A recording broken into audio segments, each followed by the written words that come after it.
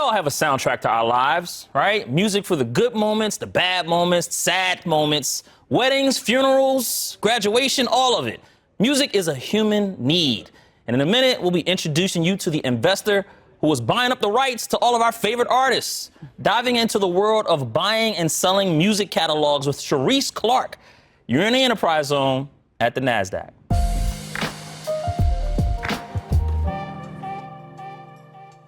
Hello, everyone. It's Jabari Young, senior writer at Forbes, and you're in any Enterprise Zone at the NASDAQ. And I am joined by Sherrese Clarke. That's right. She is the Harborview Equity Partners founder and CEO. Now, Harborview is a private equity company that buys and sells music catalogs. It's based in Newark, New Jersey, and has over $2 billion in assets under management. Sherrese, thank you so much for joining the show. Listen, I'm so excited to be here. Thank you so much for having me, and really amazing what you guys continue to do in highlighting some amazing professionals. I appreciate that. Thank you so much. This isn't your first time at the NASDAQ, is it? This is my first time at the NASDAQ. Oh, it's surprising given the fact that I grew up on Wall Street. I was ready to say, Morgan Stanley and Yeah. all the stuff that you did your first time. Well, what do you think? Yeah. I mean, listen, I am a adrenaline junkie. Finance, I tell people, is my love language. Right. So I really do love being in the beat of what drives the markets. I'm a market enthusiast and really trying to understand what drives markets, what drives, the balance of trade, what creates enterprise. So I love being here. I love being in the energy of the NASDAQ. Yeah. Well, in a minute, we'll talk about your third child, right? Yes. What's it like being a mom? I know you have two now. It's motherhood like. Motherhood is not for the faint of heart. Motherhood is a journey unto itself, but it's beautiful, and it takes you through so many versions of yourself, right? And so I would say I'm in my kind of second or third act as a mom, if you will, right? The first couple of years you're entrenched in what it is to be a new mother, and entrenched in all the beautiful things, all the mommy and me classes.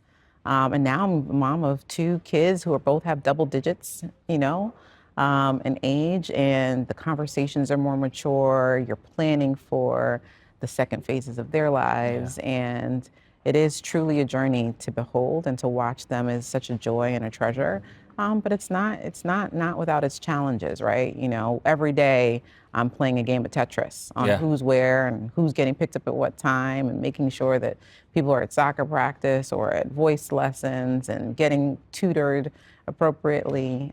So it's not for the faint of heart. It is an adventure. I have a 12-year-old, and she just got a phone, and I haven't seen her since she's been in her own world. But, yes, exactly. But here we are at the NASDAQ. So give me a stock, right? What's worked well for Sherrese Clarke all these years, or something maybe you got your eye on? Yeah, listen, I mean, I think one of the things that we continue to focus on and to watch are anything that's related to how technology continues to change the way that we consume. Yeah. A big part of our thesis around owning IP is that technology has really deepened the ways that we can engage in content around the world. It's actually removed walls. It's democratized content in a way that hadn't historically been democratized. And we see that everywhere, right? We see that, it is no longer the powers that be that tell us who is going to be, the culturally resonant person of the moment. It really is the people that can pull that content from all the various places around the world. Yeah. So for me, anything that is really tacking to broadening content distribution, broadening our ability to access content is very, very interesting. Obviously, there's a lot of conversation right now about artificial intelligence and how that's going to continue to shape and improve workflow. We're a big believer in it to improve workflow, but we ultimately also really believe that creators really are at the center of the sphere as it relates to creating human connection, to drive stories, and to make music. So any kind of, companies that are building workflow products to continue to further content distribution, to further the content and enabling content in the hands of the consumer or in the hands of audiences are things that I spend a lot of time on. Yeah, I thought you would go right out and say Netflix, because I know you always consider yourself the Netflix of We the are sector, the Netflix right? of the space, but I mean, that's consistent with the theme, right? Yeah. So focused on distribution, scaling large IP libraries, democratizing content so that every audience around the world is meaningful and matters, and then powered by amazing technology that allows us to understand what audiences want and what they care about. Yeah. You walk into a fifth grade classroom and they say, well, What do you do, Miss Sherrese? Like, what do Yeah. you do? Say, I buy your favorite music artist, and then I use the money and I go pay my investors back. Like, what are Yeah. you telling me you do? Well, I mean, I think the way that we describe what we do in its most basic is we are two things. We are stewards of capital. Now, remember, you're talking to a 5th grade class. Yeah, they know. A 5th grade class knows what it means to have a responsibility. They typically have a turtle in the class that they're taking care of, or a pet or an animal. You are responsible for that animal or for that pet of the class to thrive. And in the same way that we are stewards of capital, we're responsible for that capital to thrive, to deliver a really high quality return on investment. But we're also stewards of culture. And that, and for me, is also very, very important. So what that means is we hold in our hands things that audiences and artists find very important to them. And our deepest desire is to protect it. So at the core, what we do is we're protectors. We are stewards, we protect capital, we protect investment, and we protect that around some of the most iconic IP in the world, whether it's in music or film or television or otherwise, but we protect that, and we really try to protect an artist's voice, no matter what voice it is. Even if that voice is the exact same as ours or that voice is completely different than ours. Yeah. Well, listen, take me inside of Harborview Equity Partners, right? Again, we said a private equity firm acquires media and entertainment assets, right? You have a pretty extensive music catalog, over 70 music catalogs, 35,000 songs, and we're talking about artists from Justin Bieber to Fleetwood Mac to Nelly to Wiz Khalifa to Kelly Clarkson to T-Pain to Full Force. Yes. Right? You taking me back to wonder house if party I take days. you That's home. right. Well, Full Force. I love that. that. But what's going on at Harborview, and looking at, again, you call yourself the Netflix of the space. Elaborate on someone who is on the bus and he says, she owns my favorite music catalog? Yeah. Well, listen, I think, again, positioning yourself against a long-term value creation, and we're seeing a lot of this as you start to look at some of the consolidation that's happening in the media landscape right now. It is around and centered around scaling and owning IP. And for us, the same is true, and it's always been true. It's always been that content was at the center of the sphere because of its kind of unique ability to bring audiences in. And who is our audience? Who are we playing to? Who pays us ultimately? It is global audiences around the world. And to be the Netflix of the space, in my opinion, it really is to have something for everyone, right? Like if you're just, if you're just children's content, then my kids enjoy it in a really big way, and they come, they watch, they see, they enjoy, but it's not a lot for me to do there. Or if it's just really mature content, then maybe I'll enjoy it, but maybe my parents won't, but maybe my kids won't tap in as well. What we really want to have is something here for everyone, because again, our goal around return on investment is really playing to the strength of global audiences across vintages, across demographics, with no biases. We are not judgy of our audiences, and so we want to respect their audience, their voice as an audience, their voice of the artists.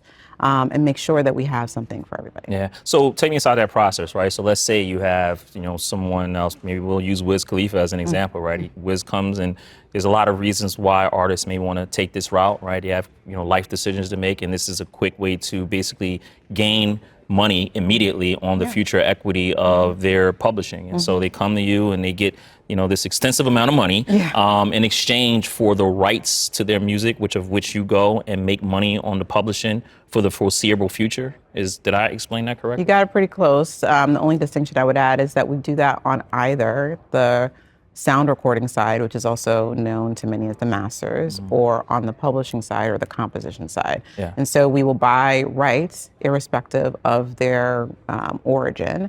And in exchange for that, we give the artist a huge sum of money, typically based on what we perceive to be the future discounted value of the cash flows against a point of view around a rate of return.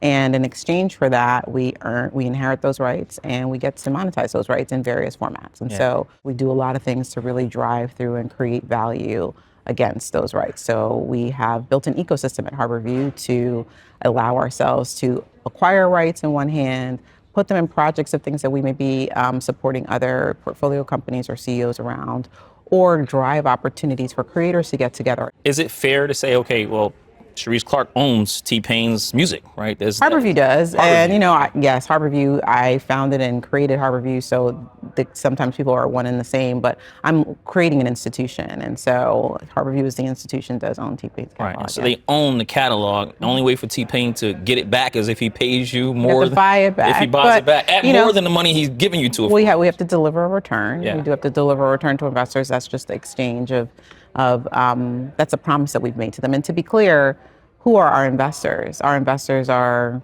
the state of Maryland, the city of California, the city of Los Angeles, excuse me.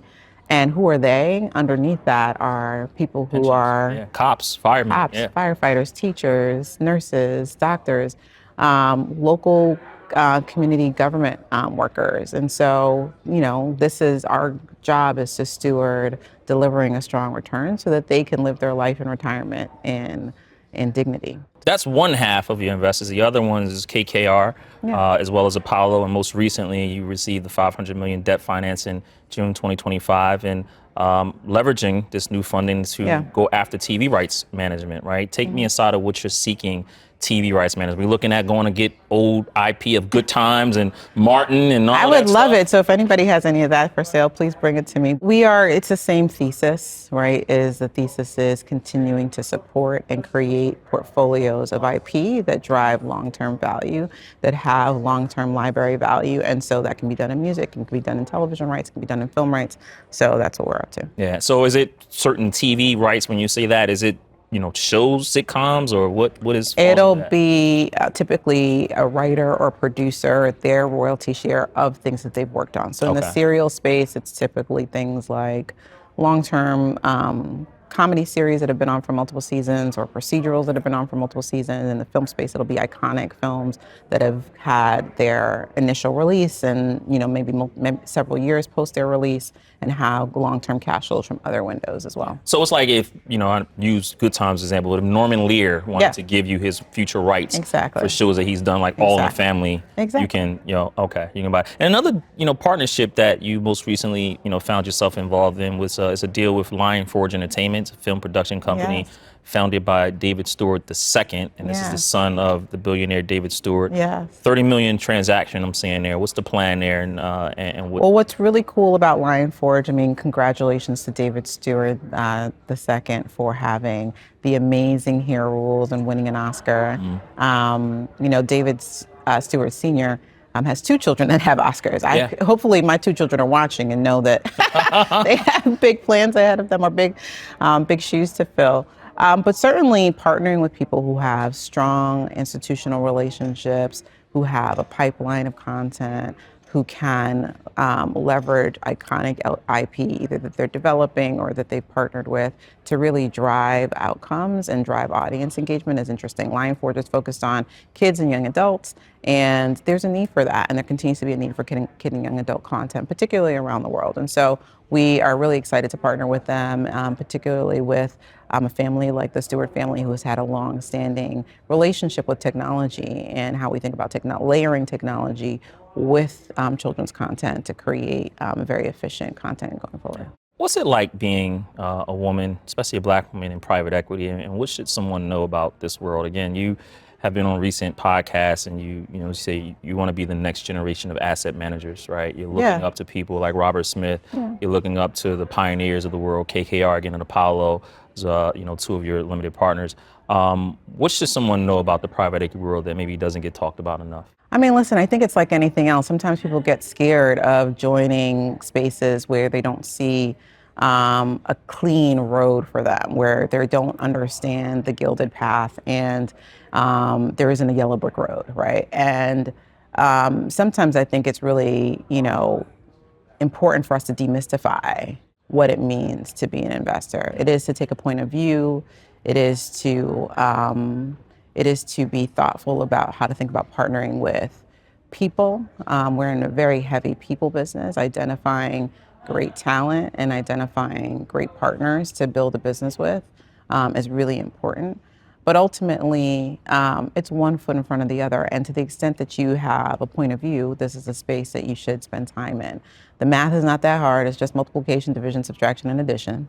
And most of us can do that by the time we graduate 5th grade. And so to the extent that we can take that and then start to apply it to the broader segment of picking a point of view, really becoming learned about a segment of the market that you care about, becoming learned about how the capital markets work, these are spaces that are a lot of fun. It's really creative. Like, people ask me all the time, how do I walk this line between the worlds of creative spaces and finance? And to be honest, I tell them too, I'm an artist and I'm also sensitive about my stuff. I'm a different kind of artist. I'm a finance artist, and I really care deeply about how to build investment theses that are differentiated. If I did what everybody else does, then I'm not going to get as much return. And so there's a lot of opportunity, a lot of white space to use the frameworks to really create an opportunity to invest smartly. Yeah. Well, you do have competitors in the space, right? Yes. Roundhouse Music, Lyric Capital Group, among others. Seeker Music, I believe, is that same. What's the difference between what they're doing and what you're doing? And so if an artist comes and they have all these multiple offers, why are they going and saying yes to Harborview? Well, I mean, it's multifaceted, I think. And I think those are all great companies. There's more, too. They're great companies. They've built amazing businesses, but we're uniquely positioned vis-a-vis those companies. One, they're only really buying music rights. We are investing across the broad entertainment and media segment, okay? The second is really that we have built a really unique culture of both classically trained investors and people on our team who have had decades of experience in operating in the broader entertainment and media markets. So when you come to our business, you get a lot of both and. We're both delivering great returns and we're spending time and steeping ourselves in culture. We are both here for, being stewards of capital for our investors, but we are also here to be stewards of culture and creating environments where culture can thrive. So everything about what we do is living in two worlds and intentionally living in two worlds and in two spaces. I mentioned a few of the artists that you have up top, and you mentioned George Benson. I love George Benson. Oh, we love George. You got any Roy Hargrove? I don't have Roy Hargrove yet, but I am a jazz fan. We have more jazz music coming this way. Absolutely, please. Got to get some more jazz in there. But how do you determine which rights you go after? So we have a couple of playbooks that we deploy. We talked a little bit about the value creation playbook that we've started to deploy, that we continue to deploy, that's driven a lot of returns. One of the things that's been core to our playbook, particularly with me growing up as a classically trained investor, is that we've developed our own data platform to help us to underwrite all of these opportunity sets. And so sometimes things don't necessarily work from an economic perspective. Sometimes people's price expectations, every seller gets to say no. They get to decide that they want to sell at $100 and we get to decide that we want to buy it at $80. Sometimes there's a price expectation mismatch, and so sometimes that doesn't work. But we're really focused on being fairly disciplined around that. Our data analytics team does a really nice job of building historical frameworks so that we can basically measure audience engagement relative to what we would expect it to be doing, and then build composites. It's almost like we're the Moneyball of music buying, if you will. And if you remember the reference in Moneyball, there was a lot of data analytics to determine which players that you pick to put on the field. But just like in Moneyball, the computers can't play the game. You still got to coach the game. Right. So we use Moneyball analytic frameworks to design, and then we coach the game. We spend all the time with our creators and our audiences to really think about how do we continue to drive outcome and drive value for the business. Take me back to that young Sherrese, right? You grew up in Queens, right? Your parents moved to the U.S. from Jamaica in the 1970s. Your dad was a taxi driver and a real estate entrepreneur. What did you learn from your parents? I mean, listen, I think one of the things that I continue to be so grateful to them for is just that work ethic. That work ethic that have to do because this is your shot is a thing that I really inherited from the lineage from which I come. And I hope to pass that on to my children as well. It'll be a different set of parameters, but certainly with all the resources and all the education and all the access that I have, what choice do I have but to really work hard? And I would, I sound silly complaining that, I have to work hard, but I've got all this access to, I'm sitting at the NASDAQ, My dad didn't get to sit at the NASDAQ as he was building his real estate enterprise. If he did, maybe he'd be Tishman's buyer, right? So we have a lot of access and resources, and my job is to just work hard and work tirelessly to create even more opportunity for the next generation. I know you were watching your parents and watching their work ethic, but did you like have cartoons that you watched on a Saturday? Like, is anything? Absolutely. What was your favorite cartoon? I mean, the Smurfs. I grew up on the Smurfs? Yes, I remember the Smurfs. Tom and Jerry. Or Strawberry Shortcake was my jam. Yeah. Okay. Yeah. So it's the Smurfs, all right? Who's your favorite character on the Smurfs? Smurfette, of course. Okay, She was the only girl in the whole tribe. So yeah, Saturday morning cartoons. My mom really was a big believer in the arts, so she was the one that pushed me to basically study classical piano for a very long time. I played the piano for 15 years. My dad was a big believer in culture. We went to, we weren't rich by any means, but we certainly made space for culture. We went to Alvin Ailey at City Center every year at Christmas time. That really left a real impression on me on how important culture was to our experience. Being children of the 60s and 70s, they were big into the civil rights movement and all the civil rights heroes, particularly those here in New York. New York is such a special place for the civil rights movement in the 60s and 70s, actually. So I was a student of all of that and really understanding how much people gave up to create space for me, but not just for me and those who look like me, but also for humanity, right? There are so many rights that all of us enjoy on the back of the civil rights movement. So. And then you go off, right? Go to Georgetown and get a degree in finance, right? I know it's your love language, finance. And after that, you go to Harvard Business School, pick up a lot of information there. And then you go on to Morgan Stanley, 10 years. And I want to ask you, how did you get into Morgan Stanley? Did you apply? Did you just do it online? Like, how did you? I applied. I was one of the few summer interns in the summer of 1997. And I was asked to come back and begin my full-time career there in 1998. And still I'm very close to all my wonderful mentors from that time. Ted Pick, who's now the current CEO of Morgan Stanley, was my assignment associate, if you can believe that, back in 1998.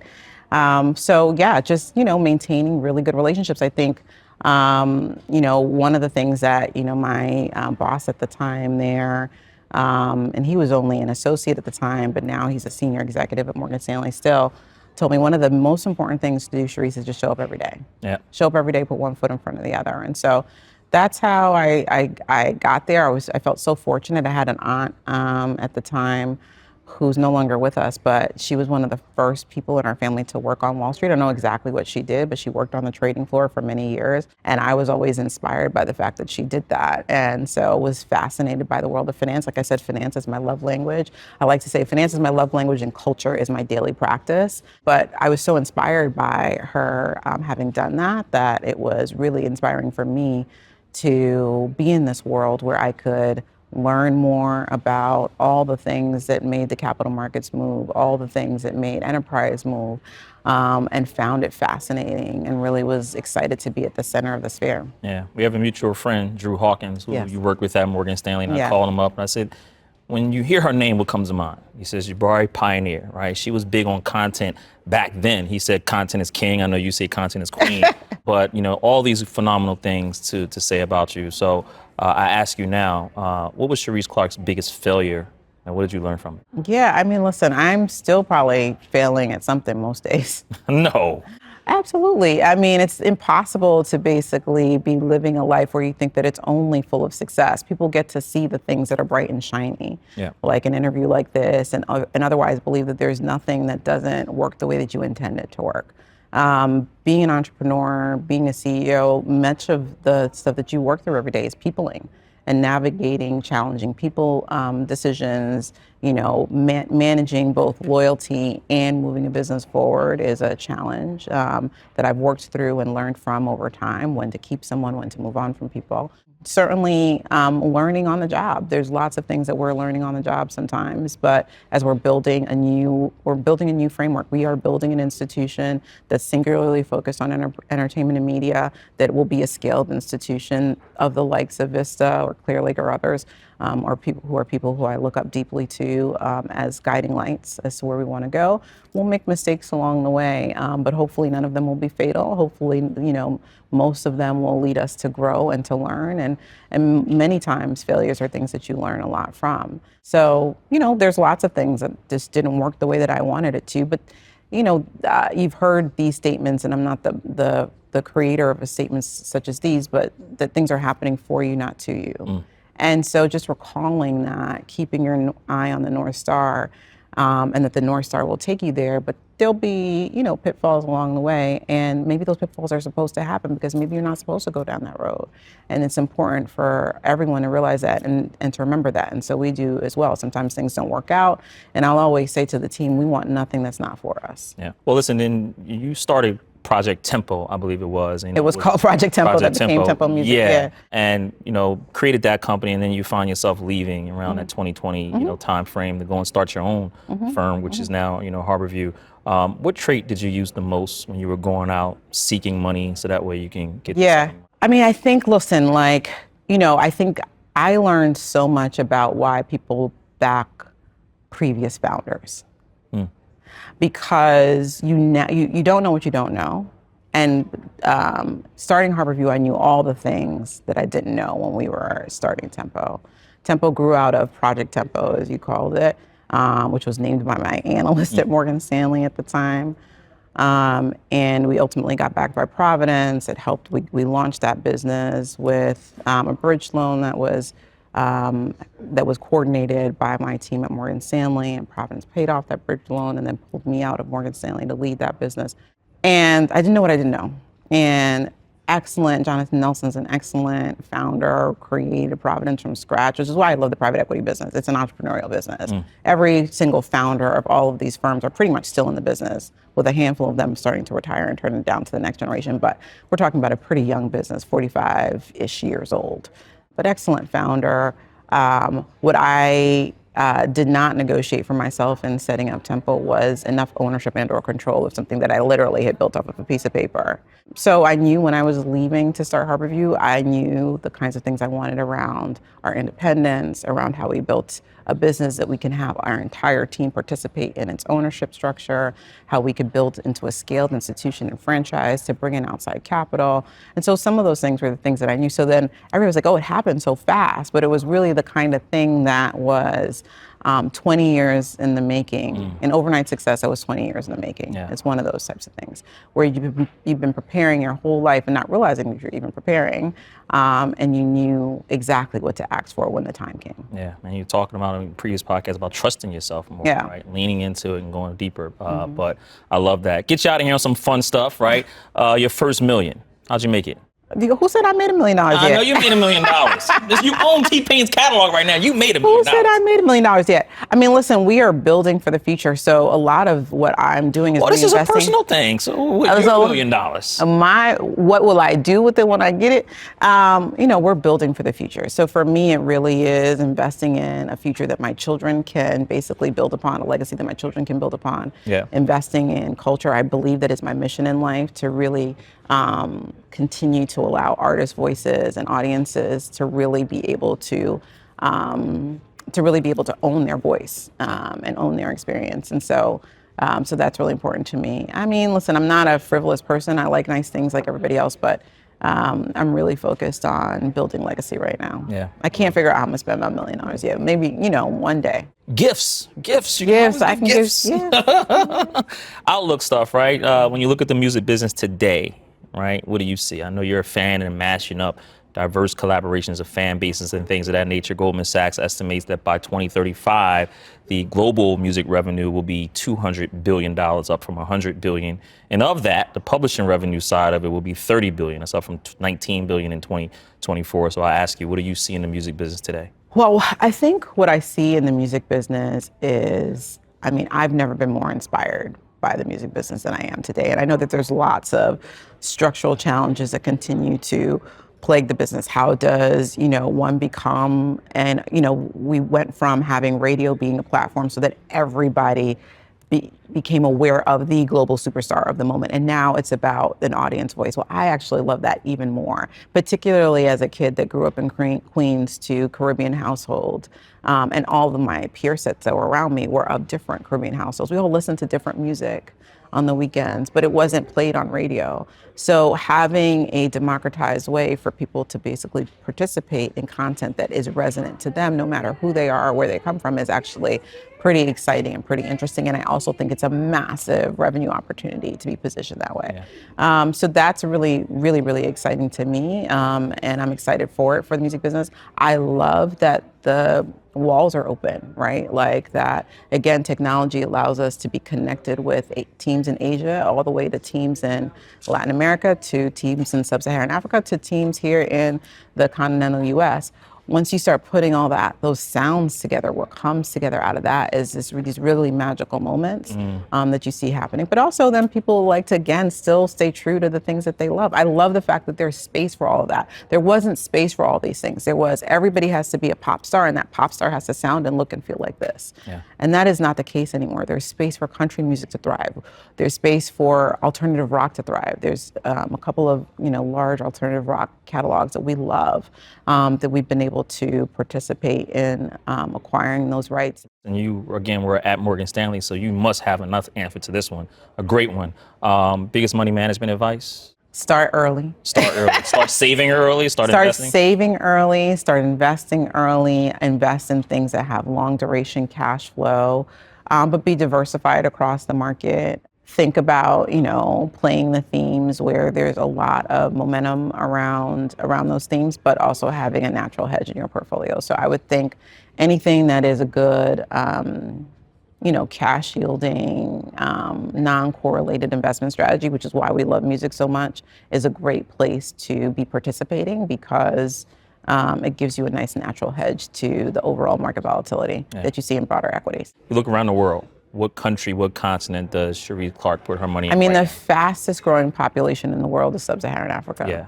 So I think it's incumbent upon people who are looking to try to find ways to develop and create wealth is, anybody who's greedy, who wants to make money, should be looking there. LATAM as well, one of the fastest growing demographics. The demographics in many other regions, including the US, are shrinking.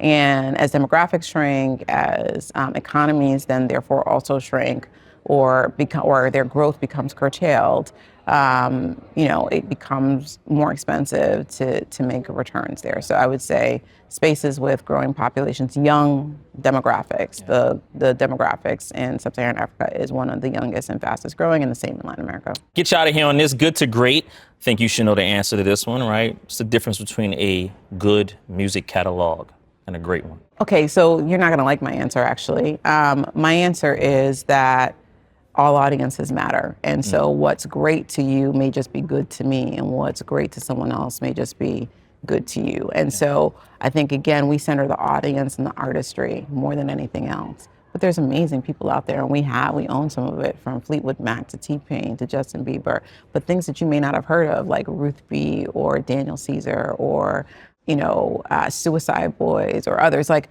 there are places in the world where audiences are gathering, and it is great to them, and being great to them is all that matters to me. That sounds like somebody who just got $500 million and looking to get some more rights right now. Let's go. That's what it sounds like. That's what it sounds like. I love it. I love it. Sherrese, thank you so much for the time. Always interested in talking music. It is such a really interesting field, and still trying to figure out what's the difference between masters and publishing and recording. We'll do a one-on-one. Yeah, that's what I'm saying. I got you. You're right in Newark, so I got to drive right over there and get some lessons. Yeah. Appreciate the time. Harborview Equity Partners here at the NASDAQ. Thank you so much, Sherrese Clarke. Thank you for watching.